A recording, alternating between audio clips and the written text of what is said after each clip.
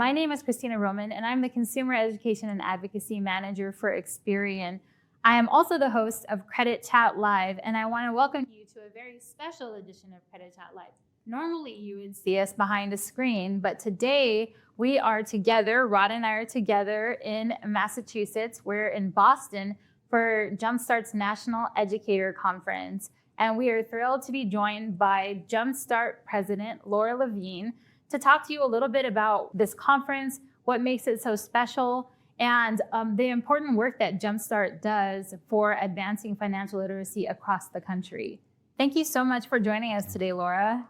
Thank you both for having me. And thank you for coming all the way out to Boston to join us. Everybody says they know me already, but especially in our little world of personal finance. I'm Rod Griffin. I'm Senior Director of Consumer Education and Advocacy for Experian. So glad to have Laura here. And member of Jumpstart's National Board of Directors, and actually Secretary Treasurer of Jumpstart. For disclosure. So yes, Yeah. So it's a tiny little family. Yeah. it is. I think we're used to wearing many hats in our roles, so I think it's a natural fit for Rod to serve so many roles for Jumpstart. Oh, we get as much out of him as we can. Yeah, there you go.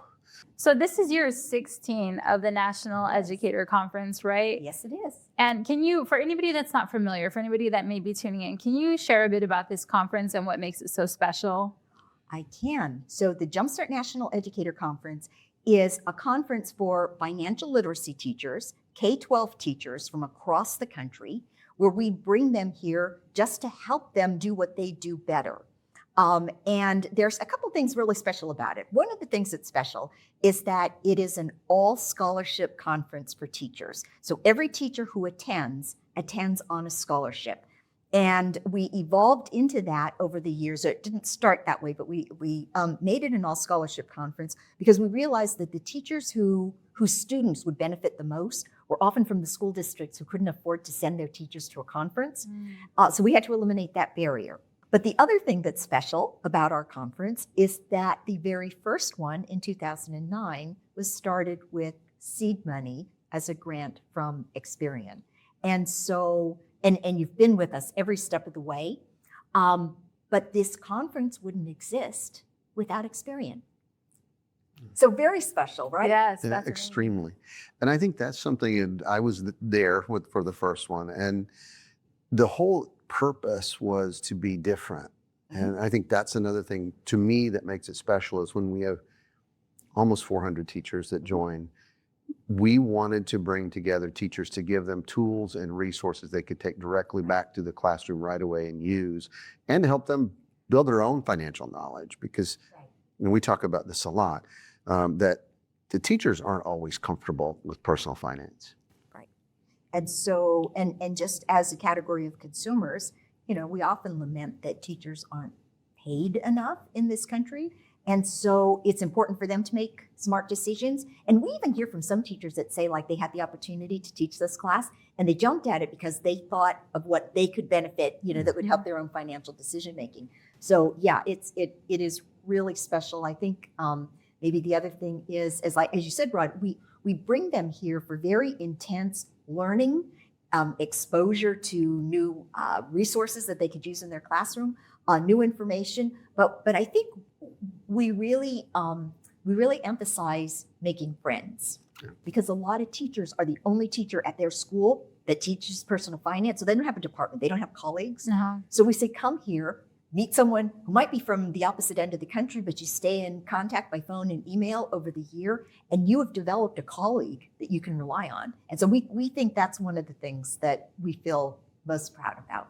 Yeah, and I think that ties into the theme of this year's conference, which is Together We Shine, right? Right. So you're connecting these teachers across the country and they can begin to work and share materials and resources that they use. Now, what does that phrase mean to you, Together We Shine, and how has that kind of shaped conference planning this year? Sure. Well, it even goes back before we even get to the teachers. Jumpstart as a coalition was founded on the belief that if we all work together, we'll be able to address this financial literacy issue better, faster, more efficiently. And it's more fun if you work with someone. So Together We Shine starts with Jumpstart as a coalition, and then translated into the thing that we hear from teachers. And we were joking about it a little bit, that this year's theme doesn't say finance or education, but that it speaks to the heart of what we're trying to do, that we're trying to bring the teacher community together so that they don't feel as alone, so that they feel supported not only by our partners, but by their fellow educators that they can meet through this event. So Together We Shine is, we're excited about this, speaking to not just the mechanics of what we're trying to do, but the spirit of what we're trying to do. So, and thinking about that, together we shine, and together we really empower people. Right. Can you give us a sense of what the reach is? Because we talk about 300 teachers or 400 teachers. What's the real ongoing impact? Because I think that's something that's really important to know. So that's a great question. Thank you for asking that, because one of the things that we do is when the teachers register, we ask them, how many students do you reach in one school year? And we total it up. And this year, the attendees reach about 47,000 students in this year alone. Well, the thing is that most teachers, even if a teacher comes to the conference once, what they acquire here, they will go on to teach many for years to come, and will continue to reach that many more students. The other thing I think is that a lot of the teachers who come to our conference and they come back sort of become ambassadors for us. They're the ones that they might testify for state requirements. They might serve on advisory boards for their Department of Ed. So their reach then because they become part of this movement, not just what they do in their classroom. But so their impact is really almost immeasurable. Yeah. And you mentioned something that I think is a great segue around state requirements for education. One of the early sort of goals 30 years ago when Jumpstart was founded, and Experian was a founding member and partner as well, so we've been at this a long time, was to promote quality financial education in our schools, and to advocate isn't the right word, but we want to help support and work together to ensure that there are requirements around personal finance in the schools. Right. What does that mean? I mean, we say that a lot, but what does it mean, and where are we in that sort of part of the effort?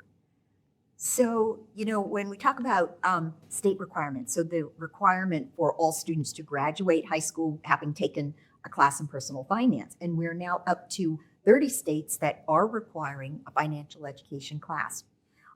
What we say at Jumpstart is, look, that's not the end goal. That's the starting point, because once you've got the requirement, what do we do to make sure that that education is effective? So that's part of what this conference does, is we want to support teachers. We want to make sure they've got the best classroom resources at their disposal. We want to be sure that they're kept up to date with what's going on in finance, so that they're sharing the most recent information. So that's really, Jumpstart certainly supports state requirements, but our role is more what happens after that, and how does Jumpstart and all of our partners continue to provide support to teachers and schools to make sure that the education that is happening is meaningful and is effective and actually making a difference. Yeah, and so you touched on partners and the importance. So Jumpstart is a coalition of more than 100 national partners. Partners, yeah. So can you talk a little bit about that, so that somebody that's listening that maybe new to Jumpstart can better understand the work that you do and how you make financial literacy accessible in these classrooms? Yeah. So our partners, more than 100 national partners and a network of state affiliates. Our national partners come from all sectors. So we have financial institutions, we have credit bureaus, we have corporations, but we also have nonprofits. We have associations, universities, and agencies of the federal government. So we really are across all the sectors of industry that have a common belief in financial literacy. And so everyone, it's one of the amazing things is that everyone plays together nicely, even those partners that are direct competitors of each other, and I give a lot of credit to our partners. Experian sits at the same board table as one of your major competitors, and I think that's kind of the same for a lot of our partners, is the willingness to say, okay, for financial literacy, for kids, for schools, for families, we'll be on the same side. Yeah. Yeah, I think that's something that's always remarkable to me. And I have those conversations within our company, with our industry, that with Christina's and my role, we sit at the table and we get along really well with our regulators. We share a common goal. And I tell our compliance people that, and they look at me like I'm crazy because they're in a different sort of relationship. But when you can sit at a table with what are otherwise your competitors, and we have a very, I think, open conversation and agreement that here we're not competitors. We have a common goal, Right. and and it's about helping people be more successful financially. And how do we do that together? Right. And that's really kind of the premise of Jumpstart.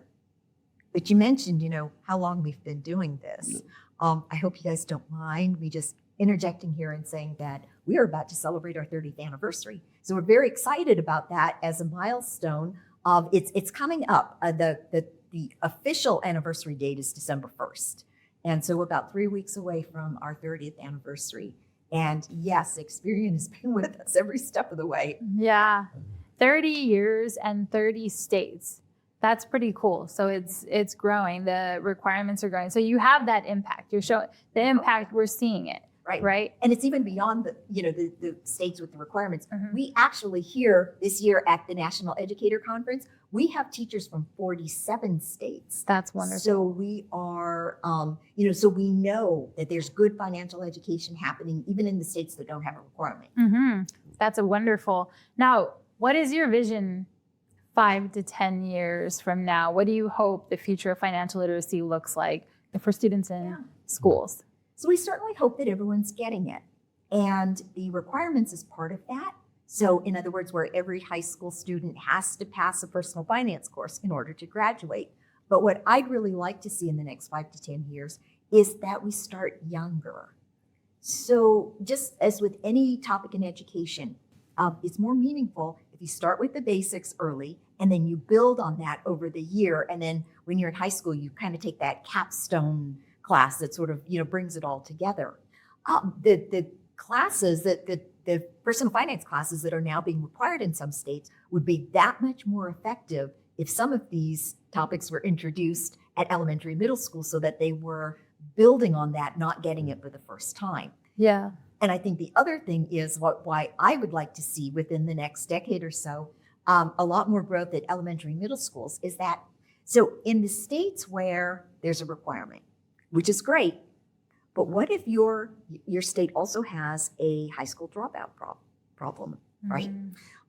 So it's conceivable that we're still missing a lot, and it's maybe not the whole state, but we know pockets of the country have problems with the graduation rates. Let's get these kids sooner so that at a younger age, they at least get some of it, maybe not all of it, but they get some of it. Or maybe they learn enough about finance to understand the correlation between staying in school, and then getting a better job, which then means more income, which means, more financial stability. So we would love to see this start earlier. Yeah, and that makes sense because the teachers here are K through 12. That's right. So you're trying to reach across all of those grades. So my final question for you is, what message do you want every teacher, policymaker, parent listening to take away from about the importance of financial education? Well, we want the teachers to hear, and this is what we say a lot here at this conference, is that they're the educators. So they're not supporting us, we're supporting them. Yeah. They are really the backbone of this movement. And I think that teachers, I hear, it breaks my heart. The number of times I've heard a teacher say, well, I'm just a teacher. Well, if you're just a personal finance teacher, then you're kind of the most important element of all of this. And so I certainly hope that teachers understand that we, the business community, knows that they're not an add-on. They're the foot soldiers. They're the ones out there doing it. And we just hope that we can provide the support and motivation and appreciation and resources and all those things that make their jobs easier. And then to our partnership community, I would just say thank you for doing that. Thank you so much. For anybody that's new to Jumpstart, can you just let them know where they can learn more about Jumpstart and the National Educator Conference? From Rod. Happy to share. Jumpstart is, our website, of course, jumpstart.org, and on most social media platforms at Jumpstart 1995. 1995, of course, 30 years ago, and pays tribute to our founding. Wonderful. Thank you so much for joining us, Laura. We appreciate you taking the time out because I know you are super busy with this conference. So thank you so much. Thank you for having me. Yeah.